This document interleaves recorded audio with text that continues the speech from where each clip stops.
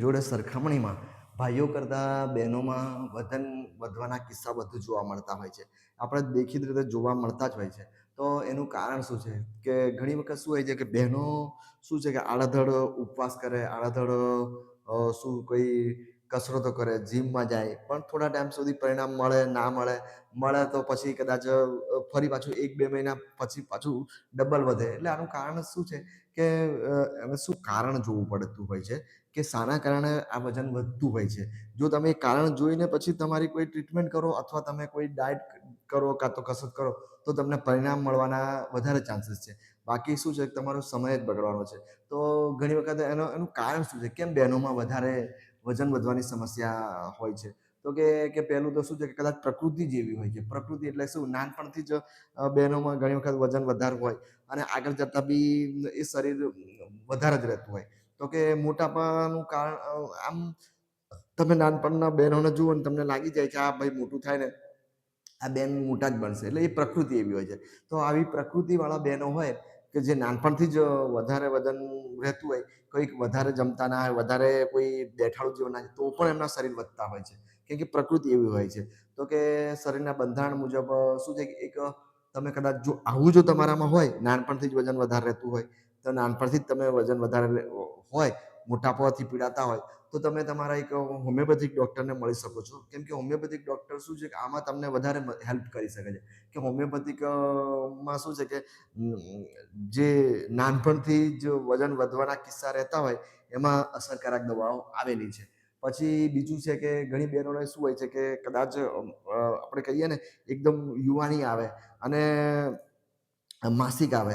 એ આવ્યા પછી થોડા ટાઈમમાં અચાનક વજન વધી જાય છે. અચાનક પહેલાં તો નાના હોય છે ત્યારે તો એ છોકરો એકદમ સિમ્પલ હોય છે. એટલે બહુ વજન વધતું વધારે હોતું નથી. પણ એકદમ માસિક આવ્યા પછી એકદમ વજન વધી જાય. તો કે આ પ્રકૃતિ શું છે? આવી કોઈ પ્રકૃતિ હોય, શરીરનું આવું કોઈ બંધારણ હોય કે માસિક આવ્યા પછી જ્યારે એનું શું છે માસિક ચાલુ થાય ને અને અચાનક જ વજન વધી જાય. પહેલાં બધું બરાબર હોય છે. તો કે આવી પ્રકૃતિ હોય તો પણ શું છે તમે કદાચ તમારા એક હોમિયોપેથિક ડૉક્ટરનો કોન્ટેક્ટ કરી શકો છો.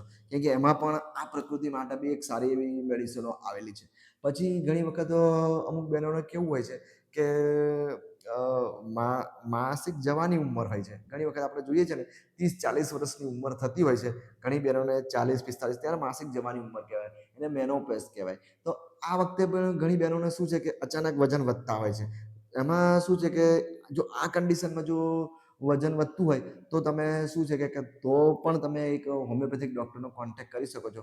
એમાં શું છે કે ડૉક્ટર તમારો જે એને પૂછવાનું હોય છે એ પૂછીને ટ્રીટમેન્ટ કરતા હોય છે. એમાં સારી એવી હોમિયોપેથિક મેડિસિન આવેલી હોય છે કે જ્યારે મેનોપોઝની ઉંમરમાં, જ્યારે માસિક જવાની ઉંમરમાં તમને બીજા જોડે કયા કયા પ્રોબ્લેમ થાય છે અને માસિક વધારે આવે છે કે ઓછું આવે છે, લેટ આવે છે કે વહેલું આવે છે, વચ્ચે બીજી શું શું પ્રોબ્લેમ છે. તો કે આ રીતનું આખું બંધારણ તમને ઠંડી ઋતુ ગમે વધારે નડે છે કે ગરમ ઋતુ વધારે નડે છે કે શિયાળાની ઋતુ વધારે નડે છે. ઘણી વખત શું છે કે આ બધા બંધારણ અને આવી બધી તમારી જે કઈ રીતની પ્રકૃતિ છે એ બધું જોઈને એક હોમિયોપેથિક ડૉક્ટર પણ આમાં પણ વજન ઘટાડી શકે છે. જો તમે તમારા આ પ્રકૃતિમાં આવતા હોય તો. એટલે માસિક જવાની ઉંમરમાં અચાનક વજન વધતું હોય તો. પછી બીજું શું છે કે ઘણી વખત બહેનોમાં શું છે કે થાઇરોઇડની સમસ્યા હોય છે. થાઇરોઇડ એટલે કે એમાં પણ ઘણી વખત શું છે કે થાઇરોઇડના ઇમ્બેલેન્સ થતા હોય છે.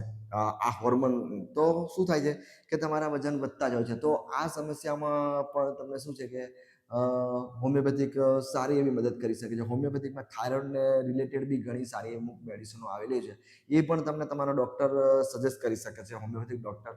તો કે પછી ઘણી વખત શું છે કે કોઈ ગર્ભાશયની અંદર કોઈ પ્રોબ્લેમ આવ્યો હોય તો કોઈ શું કહેવાય છે કોથળીમાં કે કાં તો ઓવરીમાં એ બધું શું ડૉક્ટર તમારો વધારે સમજી શકે છે. એમાં કોઈ ગાંઠ હોય તો તમારા શું માસિક રોકાઈ ગયું હોય ને વધતું એટલે માસિકની પ્રોબ્લેમ હોય.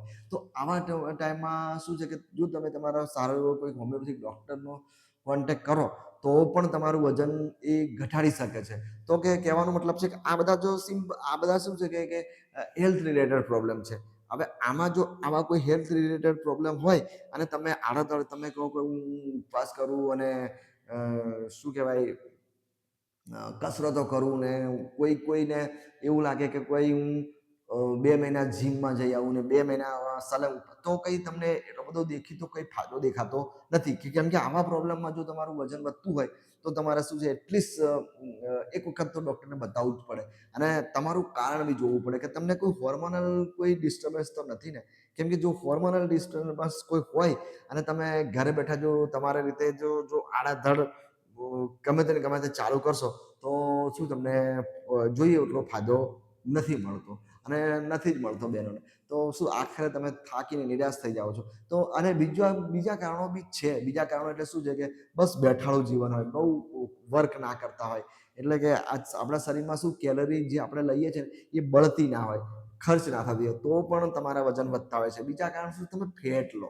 ફેટ એટલે કે તેલ હોય જેમાં ચરબી વધારે હોય. તો જેમ કે ઘી, તેલ, પછી જે દૂધના જે માવાની આઈટમો હોય, દૂધની મીઠાઈઓ છે, પછી જે ગળ્યું હોય કે જેમાં શું છે કહેવાનું છે, કેલરી વધારે હોય, ફેટ વધારે હોય. હવે આવું તમે વધારે લેતા હોય, વધારે શોખીન હોય, ઘણા બહેનો શોખીન હોય, રોટલી ઉપર આપણે નથી કહેતા તેલ લગાવીને ખાતા હોય ને, એટલે એ શું છે તમારા એક્સ્ટ્રા ફેટ આવે, એક્સ્ટ્રા કેલરી આવે.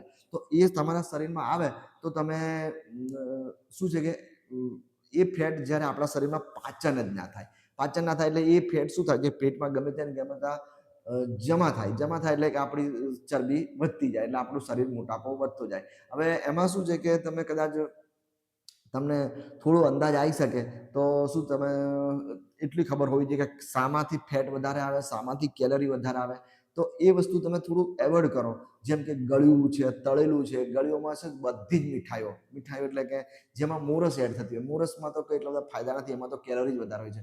એટલે જેટલી મીઠાઈ છે, ચોકલેટ, આઈસ્ક્રીમ છે, પછી આ તમને જે માવાની જે તમને લેવું લાગે કે આ મીઠાઈ છે, લડ્ડુ છે, શીરો છે, માર્કેટમાં જે બી એવી સ્વીટ્સ મળે,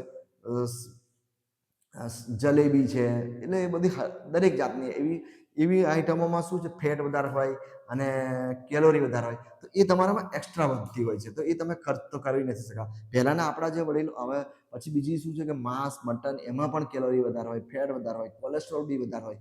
તો શું છે ઘણી વખત એ લોકોને બી તકલીફ પડી શકે છે. ઘણા લોકો શું તેલના શોખીન હોય, તળેલું ખાતા હોય. ઘણા લોકો દૂધ, દહીં, છાશ, એમાં ઘી, એના શોખીન હોય, એટલે કે એમાં બી તમારી ફેટ વધારે આવતું હોય, એમાં બી કેલોરી વધારે આવે.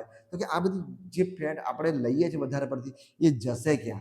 એ આપણે ખર્ચ તો કરી નથી શકવાના. કેમ કે ખર્ચ કરવા માટે આપણે શું, પહેલાના જે આપણા વડીલો હતા ને, એ બધા ફેટ લેતા જ હતા, પણ એ શું એવી મહેનત પણ કરતા હતા કે એ શું એ મહેનત કરીને ખર્ચ કરી નાખતા હતા, એટલે એમને શું શરીર નહોતું વધતા. તો તમે કદાચ આવું કોઈ અજ્ઞાનતાવશ કોઈ જીવન જીવતા હોય અને આવી કોઈ ખરાબ ટેવો હોય આપણી, તો પછી શું તમારે છોડવી પડે, કાં તો તમારે એક ડૉક્ટરને કોન્ટેક્ટ કરવો પડે. તો શું ડૉક્ટર બી તમને થોડી સજેશન આપે. અને બીજું શું છે કે આ એક્સ્ટ્રા જે ફેટ છે ને, એને ઓગાળવાની પણ હોમિયોપેથિકમાં સારી મેડિસિન છે.